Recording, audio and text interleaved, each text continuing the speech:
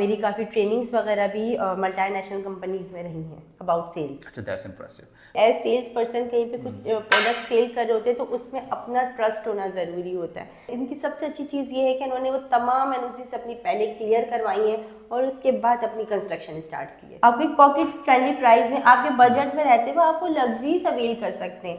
मतलब ये बिल्डर ने ये नहीं सोचा कि आप सरजाने में बना रहे हैं तो जैसे दूसरे प्रोजेक्ट्स बने हुए हैं वैसे ही बना दें, क्योंकि देखिए अगर मैंने कोई चीज़ 5 रुपये में ख़रीदी है तो मैं उसको 4 रुपये में नहीं बेच सकती, लेकिन अगर कोई किसी ने 3 रुपये में ख़रीदी है तो वो 4 रुपये में बेच सकता है। अस्सलाम वालेकुम रहमतुल्लाहि व बरकातहू। My name is Mohammad Ali and I am head of marketing and sales in Tab builders. We have a project by name of Faiz residency.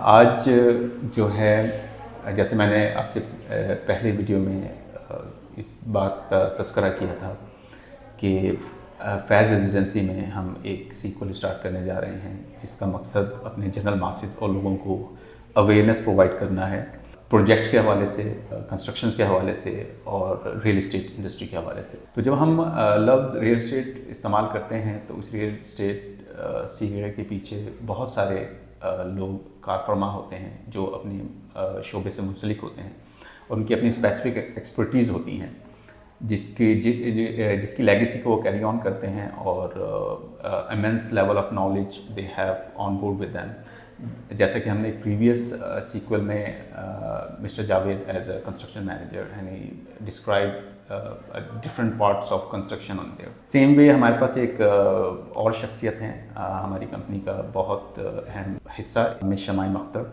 Miss Shamaim Akhtar जो हैं वो सेल्स के शोबे से मुंसलिक हैं फैज़ रेजिडेंसी के over the period of 4 years and she is performing in here as an assistant manager sales right now. तो आज हम मिस शमाइम से डिस्कस करेंगे फैज़ रेजिडेंसी के प्रोजेक्ट को लेके और साथ में हम रियल इस्टेट के हवाले से मुख्तलिफ पॉइंट्स पे भी इनसे डिस्कस करेंगे और जानेंगे कि रियल इस्टेट के हवाले से इनका एक्सपीरियंस किस लेवल पे फॉल करता है। तो miss Shamaim Akhtar, first of all welcome on board. Thank you so much. तो मिस शमाइम, अपने बारे में आप कुछ बताएं। अच्छा, देखिए शमाइम मेरा नाम है, शमाइम अख्तर, और फैज़ रेजिडेंसी से जो मैं ताल्लुक़ रखती हूँ वो पिछले 5 साल से हूँ। यानी फैज़ रेजिडेंसी के अलावा जो टैब बिल्डर्स हैं मैं इनके साथ होती थी इनके हेड ऑफिस में, और उसके बाद जब ये प्रोजेक्ट स्टार्ट हुआ है तो डे फर्स्ट से मैं यहीं पर ही। तो अच्छा मिस शमाइम, आप जैसे आपने बोला कि it's been 4 years you are on board with them, तो आप इससे पहले कहाँ थी? जब मैं इससे पहले एक मल्टीनेशनल कंपनी नेस्ले, उसके साथ मैं एज मैनेजर ही मैंने वहाँ पे लेवल पे काम किया है। हम लोग एक्टिविटीज़ जनरेट करते थे, तो नेस्ले के साथ बेसिकली मैं सेल से रिलेटेड ही मैं नेस्ले के साथ काम करती रही हूँ और मेरी काफ़ी ट्रेनिंग्स वगैरह भी मल्टीनेशनल कंपनीज में रही हैं अबाउट सेल्स। अच्छा, दैट्स इम्प्रेसिव। तो इफ़ वी से सो, तो आपका सेल्स का experience combinedly like cumulatively like 6 years plus? Almost 8 to 9 years। हाँ, माशाल्लाह, दैट्स इम्प्रेसिव। और जब हम बात करते हैं रियल इस्टेट इंडस्ट्री की, तो I think that's your first experience. तो फैज़ रेजिडेंसी में मेरा ये फर्स्ट एक्सपीरियंस था सेल से रिलेटेड रियल इस्टेट में। इससे पहले क्योंकि रियल इस्टेट मेरे लिए बिल्कुल न्यू फील्ड थी, जब मैंने यहाँ पे स्टार्ट किया था तो मुझे बिल्कुल भी नो हाउ नहीं थी, तो जितना भी मैंने सीखा है वो इस प्रोजेक्ट में रहते हुए ही सीखा है। तो आप मुझे बताइए कि किस चीज़ ने आपको अफेक्शनेट किया to be a part of Faiz residency? How did you apply and what was? अच्छा, फर्स्ट जो है सेल्स का तो मुझे एक्सपीरियंस था ही, तो मुझे अगर किसी भी फील्ड में मैं सेल्स से रिलेटेड जाती तो वो तो मुझे ट्रेनिंग थी। बट जब मैं यहाँ पर आई हूँ रियल इस्टेट में, तो ये स्कोप मुझे कि ये एक बहुत ही जाइंट स्कोप यहाँ पर आपको मिलता है आपकी ग्रोथ के लिहाज से। तो और ऑब्वियसली जब आप घर से निकलते हैं तो फर्स्ट जो होती है वो आपकी होती है कि आपकी अर्निंग बेस पर ही आप जाते हैं। तो यहाँ पर मुझे मेरी कुछ फ्रेंड्स थी जो इस फील्ड में थी, तो जब मैं यहाँ पे स्टार्टिंग में आई हूँ इस प्रोजेक्ट में, तो ऑब्वियसली फर्स्ट ऑफ ऑल तो यही था कि मुझे एक अच्छा पैकेज था, और दूसरे की कंपनी जब मैंने ये देखी है, जब कंपनी स्टार्टिंग से जो मैं इसको देखते हुए आ रही थी, तो उस वक्त ये इन्होंने कोई स्पेसिफिक प्रोजेक्ट पे काम नहीं किया था, बट ये बड़े प्रोजेक्ट्स के साथ जॉइंट वेंचर में काम करते रहे थे। तो यही हिस्ट्री देखकर मैं इनके साथ जो है ऑन बोर्ड हुई थी। That's impressive. तो like when you had your first interview in the company, उसके बारे में थोड़ा सा हाईलाइट करें कि how was it, like were you nervous to join that company, और लाइक क्या can you recall that day specific जब आप आई थी इंटरव्यू? जब मैं इंटरव्यू के लिए इनके ऑफिस गई थी तो वो भी कोविड का ही सीन था। तो उस वक्त ये था कि आप ये ऑफिस यहाँ पर नहीं था, तो हेड ऑफिस में ही मेरी ज्वाइनिंग हुई थी। अच्छा, उस वक्त मैं ऑलरेडी नेस्ले कर रही थी, तो मैं इतना ईगर नहीं थी कि मतलब मुझे जॉब के लिए इतना नहीं था कि मुझे था क्या हो जाती है तो ठीक है, नहीं होती है तो भी यानी ठीक फॉर है। ग्रांटेड आपको चांस मिला तो जी ठीक है, अदरवाइज जी। तो जब मैं इंटरव्यू के लिए गई थी और मैंने एनवायरनमेंट देखा था और जिस तरह की कंपनी देखी थी, तो फिर मैंने नेस्ले स्विच कर दिया था। ओके।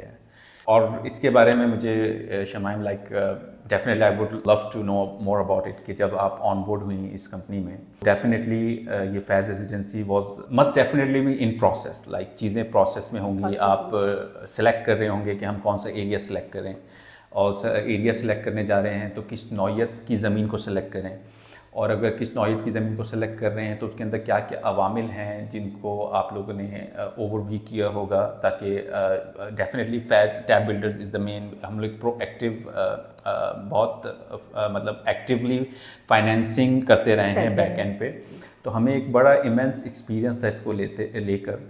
तो when you were first part of that company and the project, तो आपने हर चीज़ को अपनी आंखों से विटनेस किया, तो उसको थोड़ा सा आप एलॉबरेट करें, हाईलाइट करें कि क्या क्या चीज़ें थी जो चैलेंजेस थे, और उन चैलेंजेस को सामने रखते हुए आपने जनरल मासिस के लिए क्या सोच के ये इनिशिएट लिया और आज हम ये फैज़ रेजिडेंसी यहाँ पे कर रहे हैं। अच्छा, सबसे पहले तो देखें, जब मैंने ये ज्वाइन किया था उस वक्त मुझे रियल एस्टेट से रिलेटेड या प्रॉपर्टी से रिलेटेड बिल्कुल भी आइडिया नहीं था। इवन मुझे डिफरेंस भी नहीं पता था कि स्क्वायर फीट और स्क्वायर यार्ड का क्या डिफरेंस होता है। मैं इतना जो है इस फील्ड में बिल्कुल नहीं होती। तो जब मैंने यहाँ पे ज्वाइन किया था तो उस वक्त सबसे जो मेरे लिए मेन चीज़ थी वो ये थी, लेकिन जो चीज़ आप कराची में देखते हुए आते हैं कि इलीगल और लीगल चीज़ का, क्योंकि जब हम सेल्स पर्सन कहीं पे कुछ प्रोडक्ट सेल कर रहे होते हैं तो उसमें अपना ट्रस्ट होना ज़रूरी होता है, चाहे वो कोई सी भी प्रोडक्ट हो। उसमें अगर आपका ट्रस्ट 100% है तो ही आप उसको जो है बेहतर तरीके से आगे प्रमोट कर सकते हैं। तो जब मैंने यहाँ पे ज्वाइन किया था तो सबसे पहला जो चीज़ मैंने देखी थी वो यही देखी थी कि ये ज़मीन के लिहाज से एक लीगल जो है वो ज़मीन थी, डॉक्यूमेंट्स के लिहाज से, तो इसीलिए मैंने इसको ज्वाइन किया। कि थोड़ा सा आप मासिस को बताएंगे कि लीगल के लिए मतलब क्या क्राइटेरिया, लाइक आप ज़मीन की कैटेगरी को आप लीगल में कुछ अप्राइज करते हैं, पोजीशन करते हैं आप? अच्छा, तो लीगल से मुराद ये है कि देखिए ज़मीन की जो कैटेगरीज होती हैं, क्योंकि पाकिस्तान में इतनी इलीगल इन्वॉल्वमेंट है जिसमें आप चाइना कटिंग ले लें या कोई ऐसी कटिंग्स ले लें जो गवर्नमेंट की तरफ से वो बाय बर्थ नहीं होती है, बट वहाँ पे वो इस तरह के प्रोजेक्ट बन रहे होते हैं जो कि बाद में जाकर जिनमें मसले मसाइल आते हैं। तो ये ज़मीन जो है बाय बर्थ अपार्टमेंट की जगह थी, FL कैटेगरी थी, तो ये चीज़ें इतनी बेसिक थी डॉक्यूमेंट्स के लिहाज से। तो वो चीज़ें कि मुझे जब नो हाउ नहीं भी थी इस रियल एस्टेट की, बट ये इतनी बेसिक चीज़ें थी कि इसको देखते हुए ही मैं यहाँ पर आई थी।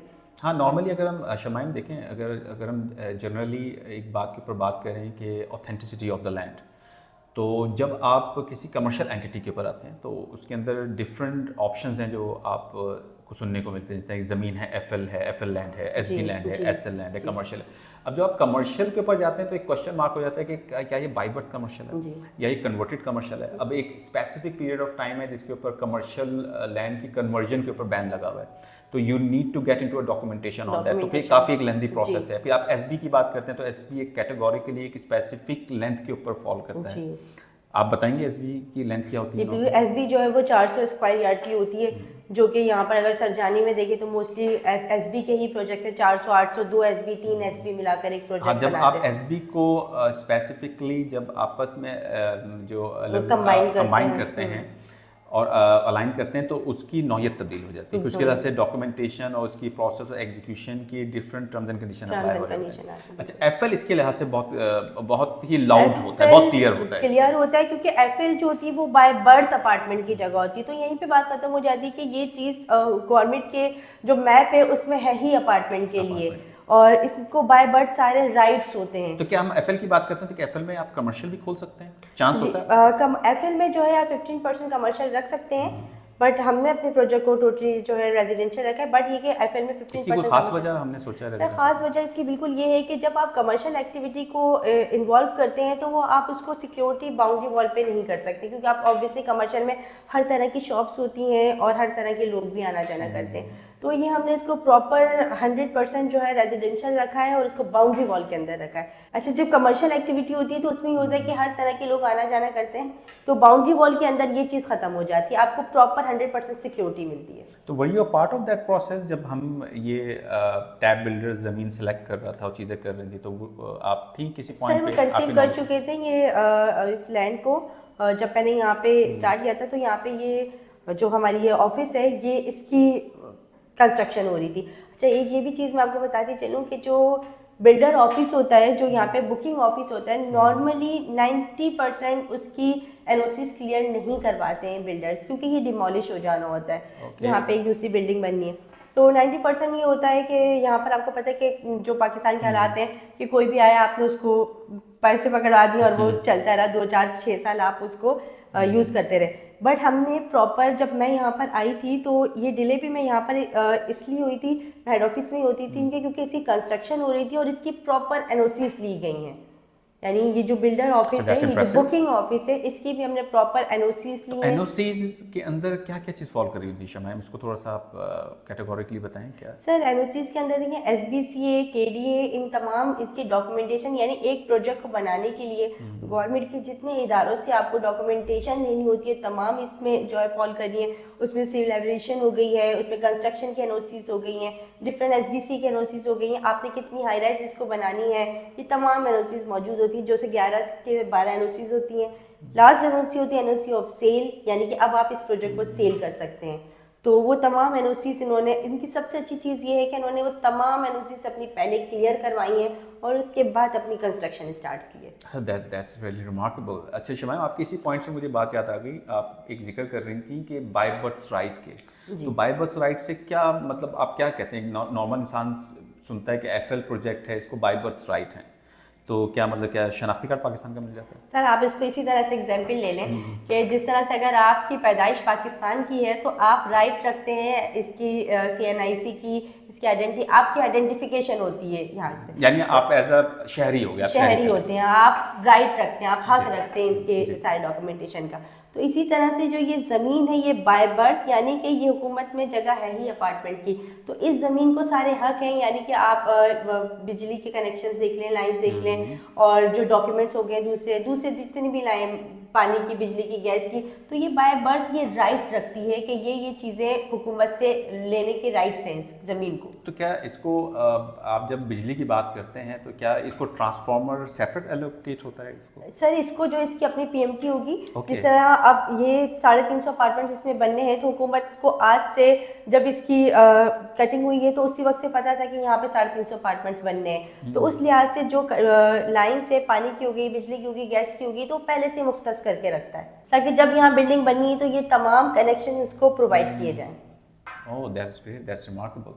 तो शमाइम, फैज़ रेजिडेंसी जब ये एग्जीक्यूट हुआ तो आपको क्या शुरू में कुछ चैलेंजेस थे इसको लेके?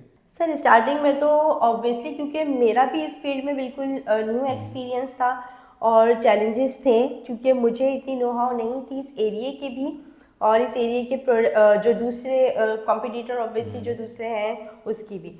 जब मैं यहाँ पर आकर बैठी हूँ और मैंने यहाँ आकर दूसरे प्रोजेक्ट्स को विज़िट किया है, इस एरिया को देखा है, तो वो चैलेंजेस ऑटोमेटिकली ख़त्म होते गए।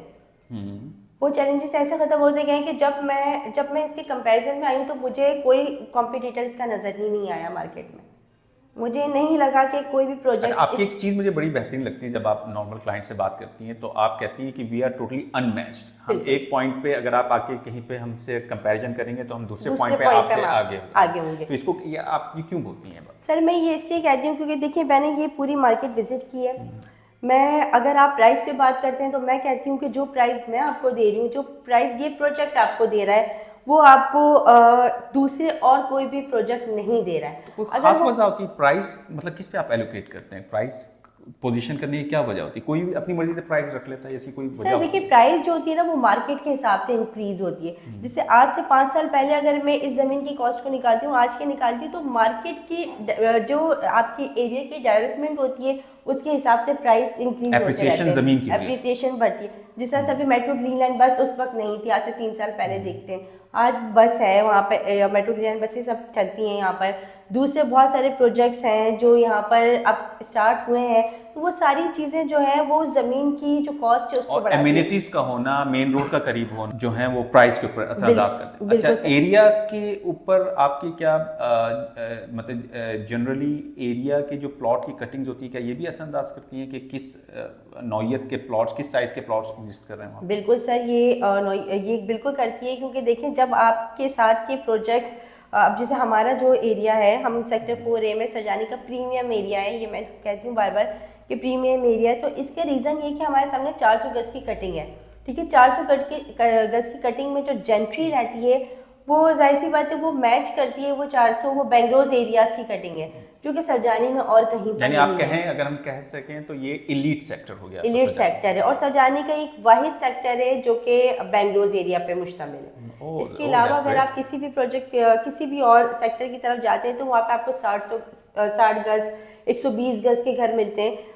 मैक्सिमम जो कटिंग होती है वो 120 गज की, हमारे यहाँ पे मिनिमम कटिंग 120 गज की है। आप देखें तो एरियाज जो हैं मुख्तलिफ कंक्रीट का जाल है, एसबीज की लाइन है, 40, 60, 80 गज के प्लॉट्स हैं, या गोट का मंजर दे रहे हैं, या मेन रोड से बहुत दूर है, तो उसके मुकाबले में फैज़ रेजिडेंसी कुछ मुनफरिद है। आप कहते हैं आपको कुछ शाउट आउट है, क्लेम है इस बात को लेकर? बिल्कुल मुझे क्लेम है। सबसे पहले तो देखिए मैं बिल्कुल एक ऐसे एरिया में बैठी हुई हूँ जो कि एस्टैब्लिश्ड है, जो कि पहले से डेवलप है, इसमें आपको वेट नहीं करना आबादी का, ठीक है। यहाँ पे आपके जो बराबर में अपार्टमेंट बने हुए एक एरिया के, ये 30-35 सालों से लोग रह रहे हैं यहाँ पे। उसके बाद सबसे बड़ा जो एक बेनिफिट हमें आया है वो मेट्रो ग्रीन लाइन बस का है, जिसका ऑल ओवर कराची में सभी इससे जो है वो फ़ायदा उठा रहे हैं। बिल्कुल ऐसे ही है। उसके बाद हम बात करते हैं अपने एरिया के सराउंडिंग की, तो यहाँ पर 400 गज के बेंगलोर एरियाज हैं, एलिट क्लास है, तो वो जाहिर सी बात है मैं इस और अगर मैं इसके बराबर में कोई एसबी होती, फर्स्ट ऑफ ऑल तो जो एफएल होता है वो आपको बाउंड्री वॉल का प्रोजेक्ट होता है, आपको स्पेस मिल रही होती है प्रोजेक्ट के चारों तरफ से। एसबी में ऐसा नहीं होता, एसबी होती है वॉल टू वॉल, जो आपने देखा होगा, आप नागन की तरफ चले जाएं या जौहर की तरफ चले जाएं, तो वॉल टू वॉल प्रोजेक्ट्स होते हैं कि जिसकी टेरेस के साथ ही दूसरा टेरेस जुड़ा हुआ होता है। यहाँ पे भी जितने प्रोजेक्ट एसबी के बन रहे हैं तो वो एसबी उनके साथ की दूसरी एसबी जब वो बनेंगी तो जाहिर सी बात है सब पैक्ड हो जाएगा। तो हमारे यहाँ ये जो प्रोजेक्ट है ये अभी भी और इन फ्यूचर भी, यानी आप आगे 10, 15, 20 साल, क्योंकि घर तो आपने लाइफ टाइम के लिए लेना होता है, तो हम बताते हैं कि आपने आगे तक के लिए, जब तक आपकी लाइफ इंशाल्लाह जब तक आपका घर है तो तब तक आपके आगे कोई हाई राइज बिल्डिंग नहीं बनेगी, ना आगे ना पीछे, ना आगे ना पीछे। तो इनकी जो लिमिट्स है वो इतनी है, ये 120 गज के घर है, इन्होंने ऊपर नहीं बनना, तो ये अभी भी इतने ही है, बाद में भी इतने। मैंने बहुत सारे ऐसे प्रोजेक्ट्स देखे हैं यहाँ पे विजिट जो किए हैं, तो जो एसबी हैं जो आपसे वेस्ट ओपन चार्ज भी कर रहे हैं, जो आपसे कॉर्नर चार्ज भी कर रहे हैं, यानी आपसे 3-3, 3.5 लाख वो ले भी रहे हैं, बट वो आपको बता नहीं रहे कि आपके वेस्ट ओपन के साथ दूसरी बिल्डिंग ने बनना है। मैम आपकी ये बात मुझे बहुत प्यारी लगी जो आपने जिक्र किया कि घर जो लेना होता है वो वन टाइम इन्वेस्टमेंट होती है, खासतौर पे वो जेंट्री जो मिडिल क्लास या लोअर मिडिल क्लास होती है, और वो जेंट्री जो रेंट के ऊपर रह रही है, जिसको जब वो अपने लिए कोई डिसीजन लेती है कोई अपार्टमेंट बुकिंग का, तो वो नस्ल दर नस्ल चलती है, वो इसी एक नस्ल नहीं, वो एक नस्ल से आगे भी मुंतकिल होती है। तो लोग इस बारे में नहीं सोच रहे होते कि आप अपनी ज़िंदगी का 60% या 70% time of your as you going to spend with in the bond. Females देखें तो आप समझे 80% ही आप अपना घर पे ही गुजार रहे होते हैं। और दूसरी एक चीज़ कि मुझे जो चीज़ सबसे ज़्यादा इंस्पायर करती है, क्योंकि मैं खुद भी एक मिडिल क्लास फैमिली से ही ऑब्वियसली बिलोंग करती हूँ, तो मुझे पता है कि घर बनाना कितना मुश्किल है। आप इसमें लाइफ टाइम की इन्वेस्टमेंट लगा रहे हैं, और बीइंग अ वुमेन अगर मेरे पास, क्योंकि मैंने खुद ऐसी बुकिंग्स भी करवाई हैं जो कि फ़ीमेल हैं, जो कि ऑनलाइन काम करती हैं, विडो हैं, मुझे खुद उनका पैसा जहाँ लग रहा होगा अफसोस होगा कि आज से 4 साल 6 साल बाद में या नहीं भी होंगी तो उनको एक अच्छी चीज़ मिल रही होगी। तो एज अ फैमिली आप क्या समझती हैं कि अब अगर फैमिली यहाँ पे बुकिंग करती है तो उसको क्या पर्क्स एंड बेनिफिट्स हैं, not just about in terms of return of investment, उससे हट के भी रहते हुए क्या पर्क्स एंड बेनिफिट्स? सर देखिए, फर्स्ट ऑफ ऑल तो आपको सरजानी में एक इस प्राइस में एक ऐसी लग्जरीज मिल रही हैं जो कि और कोई सरजानी में कोई प्रोजेक्ट नहीं दे रहा। ऑब्वियसली आपको शहर में किसी भी हिस्से में ऐसे लग्जरीज मिल सकती हैं, बट आप उसको पे भी करोगे, कॉस्ट भी वैसी ही होती है। बट यहाँ पे आपको एक पॉकेट फ्रेंडली प्राइस में आपके बजट में रहते हुए आप वो लग्जरीज अवेल कर सकते हैं। मतलब बिल्डर ने ये नहीं सोचा कि आप सरजानी में बना रहे हैं तो जैसे दूसरे प्रोजेक्ट्स बने हुए हैं वैसे ही बना दें उसमें मैम लग्जरीज को define, luxuries what is mean luxuries? Sir देखिए लग्जरीज में आ जाते हैं। अब जैसे मैं आपको एग्जांपल देती हूँ, हमारा एफएल प्रोजेक्ट है, हम इसमें 15% कमर्शियल भी निकाल सकते हैं और कमर्शियल जो होता है आपको पता है कि पर स्क्वायर फीट को ज़्यादा आप बेच सकते हैं। इसके अलावा हमने इसमें 800 गज की जगह ओपन टू स्काई छोड़ी है जो कि पार्क की जगह है। अब अगर हम उसको 800 गज की जगह नहीं छोड़ते, हम उसको 400 गज कर लेते हैं और बाकी 400 गज को कंस्ट्रक्शन में ले लेते हैं, उससे भी बिल्डर का फायदा होता। चारों तरफ से हमने 20-20 फीट की जगह छोड़ी हुई। अगर हम वो नहीं अच्छा, ये सारी लग्जरीज में आती है वो इस तरह से कि एक ऐसा प्रोजेक्ट जिसके अंदर आकर आपको पार्क भी मिल रहा है, जिसके अंदर आपको एक सुपरमार्केट भी मिल रही है, चारों तरफ से आपको एक स्पेस ओपन स्पेस मिल रहा है, स्पेस मिली है, तो ये लग्जरीज में आ रही है। 6 फीट की इसकी स्टेयर्स हैं, इसकी लिफ्ट साइजेस आप देखेंगे तो कार्गो साइजेस है और चारों लिफ्ट के साइजेस जो है कार्गो है। तो ये सारी वो चीज़ें हैं कि जो बिल्डर अगर वो इसको नहीं भी देता है तो जो कि नॉर्मली यहाँ पे नहीं है किसी भी प्रोजेक्ट में। Definitely I second your thoughts, क्योंकि एज अ फैमिली मेंबर अगर मैं चाहूँ कि मैं अपनी बीवी बच्चों के साथ यहाँ पे कोई अपार्टमेंट बुक कर रहा हूँ and if I am travelling somewhere और मेरे बीवी बच्चे यहाँ पर अकेले हैं और इंसान बोर हो जाता है चारों दीवारी में रह के, कंक्रीट के जाल को देख के, उसका दिल चाहता है मैं ओपन टू स्काई आऊँ, तो आप बाहर निकलें फैमिली के साथ कोई पार्क हंट डाउन करें, इससे बेहतर आपको बाउंड्री वॉल के अंदर एक लग्जरी मिल गई आपको मतलब एक तो सिक्योरिटी, सीसीटीवी कैमरास आपको अश्योर्ड हैं, आपकी फैमिली आपकी सिक्योर है, आपको ओपन टू स्काई एक एंटरटेनमेंट मिल गई, जिम है आपके पास, आपको सुपर मार्केट है कि आपकी जो फैमिली है, आपकी फैमिली की लेडीज़ को बाहर कहीं नहीं जाना है, आप नीचे आते हैं और वो आप शॉपिंग करते हैं, ऊपर चले जाते हैं। और एक और चीज़ कि देखिए यहाँ पर जब आप रह रहे होते हैं, जाहिर सी बात है अगर आपके घर में 5 लोग हैं 6 लोग हैं तो सबके पास तो पर्सनल कन्वेंस नहीं होगी, आप पब्लिक ट्रांसपोर्ट कोई ना कोई तो यूज़ कर रहा होगा। अगर आपका पब्लिक ट्रांसपोर्ट एक्सेस आपके घर से दूर होगा तो वो भी आप परेशान ही रहेंगे कि वो किस तरह से, आपकी बेटी है आपका बेटा वो स्कूल कॉलेज कैसे जाएगा, जबकि आप वाइफ है उन्हें शॉपिंग पे जाना है तो वो कैसे जाएंगी। तो ये चीज़ यहाँ पे आप इजी है कि आपको पता है वो यहाँ से नीचे अपने प्रोजेक्ट से उतरेंगी और साथ ही मेट्रो का मेन स्टॉप है और इसके अलावा इजी टू गोइंग है, क्योंकि मैं खुद भी जौहर साइड से जो है रेगुलर बेसिस पे आना जाना करती हूँ। तो और हमारे यहाँ पर जितना भी स्टाफ है, लेडी स्टाफ हो गया, मेल स्टाफ हो गया, इवन कि मेल स्टाफ भी हमारे मेट्रो बस ही यूज़ कर रहे हैं। तो ये चीज़ें तो हम एक्सपीरियंस कर रहे हैं, हम अवेल कर रहे हैं इन बेनिफिट्स। और द मोमेंट आपका ये कराची यूनिवर्सिटी वाली मेट्रो गेट्स रेडी, आपको गुलशन हदीद वाली is going interlink with it, तो आप अक्रॉस द सिटी आप एक्सेस कर सकते हैं विद लग्जरियस ट्रांसपोर्टेशन, वो भी आपके चंद कदम और एक अच्छे बजट में भी रहते हुए। चलें, दैट्स इंप्रेसिव। और शमाइन लाइक कुछ आपको लगता है कुछ it's a tough thing to self as residency challenge? Sir challenges देखें, जहाँ पे चीज़ें फेयर होती हैं वहाँ चैलेंजेस कम हो जाते हैं, ठीक है। अब चैलेंजेस हमें ऑब्वियसली होते हैं कि अगर जैसे कोई आकर ये कहता है कि आप एक्सपेंसिव बेच रहे हैं तो हमारे पास उसको जस्टिफाई करने के लिए तमाम पॉइंट्स हैं। अगर कोई आपसे एक और चीज़ के हम अगर हम एक्सपेंसिव बेच रहे हैं तो पहले तो हम कहते हैं कि आप हमें बताएं कि वो कौन सा प्रोजेक्ट है जिससे हम एक्सपेंसिव बेच रहे हैं, क्योंकि हम कहते हैं कि हमारे साथ का कोई जो प्रोजेक्ट है अगर आप किसी को इन प्राइजेस में आपको दे रहा है तो मैं आपको बिल्कुल ओपनली कहती हूँ कि आप मुझे वो लाकर दिखाएंगे कौन सा ऐसा project. Let's come to apple comparison. Apple to apple, आप एप्पल को ऑरेंज से नहीं कंपेयर कर सकते, एप्पल को बनाना से नहीं कंपेयर कर सकते। तो फर्स्ट ऑफ ऑल तो मैं कहती हूँ कि जिस स्टैंडर्ड पे मैं बैठी हूँ यहाँ पे और कोई प्रोजेक्ट नहीं है, किसी भी तरह से मैच नहीं करते। अगर वो लोकेशन से मैच करता है तो वो हमारी जो हम जो एमिनिटीज़ दे रहे हैं वो नहीं दे रहा होगा।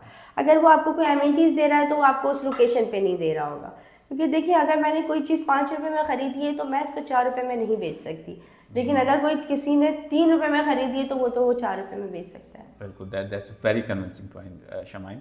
और दूसरी बात ये है कि क्वालिटी ऑफ द प्रोजेक्ट भी बड़ी मैटर करती है। तो देखिए हर क्वालिटी जो एक सर्टेन प्राइस से ही आती है, तो अब जाहिर सी बात है अब आप भी देखने वाले भी लेने वाले भी अब वो अपने ज़िंदगी का एक अहम हिस्सा अगर वो अपनी कमाई का लगा रहे हैं तो जाहिर सी बात है वो भी आंखें बंद करके नहीं लगा दें। बल्कि मैं खुद कहती हूँ कि अगर आपने जहाँ पर भी लेना है आप फ्री ऑफ कॉस्ट आके हमसे कॉन्टैक्ट करें, हम आपको गाइड करेंगे आपने यहाँ लेना है या कहीं पर भी लेना है। वो चीज़ें जो ब्लैक एंड वाइट एक पिक्चर हम आपको बता देंगे, ग्रे की कोई चीज़ नहीं रखेंगे, ब्लैक एंड वाइट पिक्चर हम आपको बताएंगे, फिर आप जहाँ मुतमईन हो आप वहाँ लें। और जब आप बात करते हैं अपार्टमेंट्स की तो मेजॉरिटी हम एक बात विटनेस करते हैं कि अपार्टमेंट है 5 साल पुराना हो गया, 10 साल पुराना हो गया, तो उसको आप देखते हैं कि उसकी सीमेंट झड़ना शुरू हो गई है, उसके सरिये नज़र आना शुरू हो गए हैं। तो इसके मुकाबले में व्हाट्स फैज़ रेजिडेंसी, क्या आप ये दावा कर सकते हैं कि फैज़ रेजिडेंसी जो 2028 में डिलीवर होगा 40 साल बाद भी उसी नौयत पर खड़ा होगा, उसकी क्या ग्राउंड रियलिटी है? सर देखिए, हम यहाँ पे जो कंस्ट्रक्शन कर रहे हैं, अभी बल्कि हमारी सीरीज़ चल भी रही कंस्ट्रक्शन के हवाले से, जो हमारे इंजीनियर हैं इनकी भी आप सीरीज़ चेक कीजिएगा। और दूसरा ये कि जो कंस्ट्रक्शन क्वालिटी हम यहाँ पे यूज़ करें, जो मटेरियल हम यूज़ करें, ये सारी पहले लैब टेस्टिंग होती है, उसके बाद भी हम यूज़ करते हैं पाकिस्तान का बेस्ट सरिया, बेस्ट सीमेंट हम यहाँ पे लकी सीमेंट, फैज़ान सरिया, ये सब यूज़ कर रहे हैं यहाँ पर। तो कंस्ट्रक्शन के एतबार से तो हम कहते हैं कि आप आएँ, आके चेक करें, जो क्वालिटी जहाँ पर जो चीज़ लगनी है हम वही यूज़ कर रहे हैं मटेरियल। और तो सीमेंट लकी हम सीमेंट यूज़ कर रहे हैं। इसके अलावा फैज़ान आपको पता है कि 72 ग्रेड सरिया ये प्रोवाइड करता है, वो यूज़ कर रहे हैं। तो क्वालिटी के लिहाज से देखिए, ये जो है ना इस बिल्डर का पहला इंडिपेंडेंट प्रोजेक्ट है। इससे पहले जो वो काम करते रहे वो दूसरे प्रोजेक्ट के साथ जॉइंट वेंचर में करते रहे, यानी उनको फाइनेंशियल सपोर्ट किया है। तो इंडिपेंडेंट फर्स्ट प्रोजेक्ट, और ये एक ही बिल्डर है, यानी इन्हीं के नाम पे ये ज़मीन है, कोई पार्टनरशिप नहीं है, ये खुद ही इसको कंस्ट्रक्ट करवा रहे हैं। तो अपना एक हैवी अमाउंट तो ये खुद लगा चुके हैं इसमें। यानी वेरी माइनर परसेंटेज इस वक्त कराची में एग्जिस्ट करती है जो वन विंडो ऑपरेशन दे रहा हो, तो ये वन विंडो ऑपरेशन फॉल कर। जी बिल्कुल, क्योंकि ये जो बिल्डर हैं जिनके नाम पे ये ज़मीन है वो खुद ही इसको कंस्ट्रक्ट करवा रहे हैं, जितनी कंस्ट्रक्शन हुई है वो खुद ही इसको लेके चल रहे हैं। तो ये समझे कि ये इनका रोल मॉडल है, ये जो है ये इनका एक ऐसा प्रोजेक्ट बना रहे हैं जिसको देखते हुए दूसरे प्रोजेक्ट्स जाएंगे। तो 100% तो हमने जैसे अपने प्रोजेक्ट में 1 बेड लाउंज नहीं रखा है, उसका रीज़न जैसे आपने हमें बताया कि 40 साल 45 साल बाद जो है वो बिल्डिंग की हालत ख़राब होना शुरू हो जाती है। वो इसलिए होती है कि जो वहाँ पे लोग रह रहे होते हैं वो उसको उस तरह से मेंटेन नहीं कर पाते। तो हमने अपने प्रोजेक्ट में 2 बेड 3 बेड लाउंज रखा है। 1 बेड लाउंज ना रखने की वजह यह है कि एक तो वहाँ पे फैमिलीज़ नहीं रहती हैं, बैचलर्स रहते हैं, जो कि आपके प्रोजेक्ट की लुक को भी ख़राब करते हैं, आपके इन्वायरमेंट को भी ख़राब करते हैं। और वहाँ पे जाहिर सी बात है वो रेंट पे रह रहे होते हैं, उन्होंने आके चले जाना, उन्होंने नहीं इससे गर्ज होता कि और कॉरिडोर ख़राब कर रहे हैं वो, या क्या चीज़ उनकी वजह से ख़राब हो रही है वो। लेकिन जब आप फाइनेंशियल मेंटेनेंस भी जस्टिफाई नहीं होती, क्योंकि अब बिल्कुल अब अगर आप कहीं पर आप 15,000 रेंट दे रहे हो तो आप वो 3-4 हज़ार मेंटेनेंस नहीं अफोर्ड कर सकते। तो वो जाहिर सी बात है वो बिल्डिंग का वही हाल होता है जो नॉर्मली यहाँ पर है। तो हमने वो 1 बेड लाउंज ना रखने की वजह ये है कि हमें उसको वो दड़वा सिस्टम नहीं बनाना था। Oh, that's great, that's great. Shamaim, that's very impressive, good to know that, और I hope so कि आपने जो इसको थोड़ा सा हाईलाइट किया है फैज़ रेजिडेंसी और अपने एक्सपीरियंस को, is going to be quite helpful to make decision for the masses on that. और ये तो अभी सीरीज़ हमारा स्टार्ट हुआ है with the information knowledge that you have about this project. हम इसको कैरी ऑन करेंगे फर्दर, थोड़ा सा इसको हम in the next session definitely we are going to have a discussion upon के फैज़ रेजिडेंसी के रिटर्न ऑफ इन्वेस्टमेंट किस हवाले से होगी, तो उसको हम बहुत ही ब्रीफली एंड डीपली इसको डिस्कस करेंगे। सो तो लेडीज़ एंड जेंटलमैन, ये थी Shamaim Akhtar, the one of the biggest asset of Faiz residency. और उम्मीद है कि जो इन्होंने एक आपको स्लाइटली ओवरव्यू दिया है about the project is gonna help you out to make certain decision on that. और मैं बस ये कहूँगा कि जो शमाइम ने चीज़ें आपको कोट की हैं वो हवाई नहीं है, वो एग्जॉजरेशन नहीं है, दैट्स अ रियलिटी बेस्ड, और इसको क्रॉस चेक करने का पैरामीटर डेफिनेटली एग्जिस्ट करता है। आप पर्सनली आएँ और विज़िट करें साइट ऑफिस, हर एक चीज़ को अश्योर करें, डॉक्यूमेंटेशन से लेके क्रेडिबिलिटी एंड एग्जीक्यूशन, जो भी चीज़ मिस शमाइम ने क्लेम की है आप उसको 110% इंडोर्स पाएंगे। Thank you so much Shamim, see you next time. Thank you.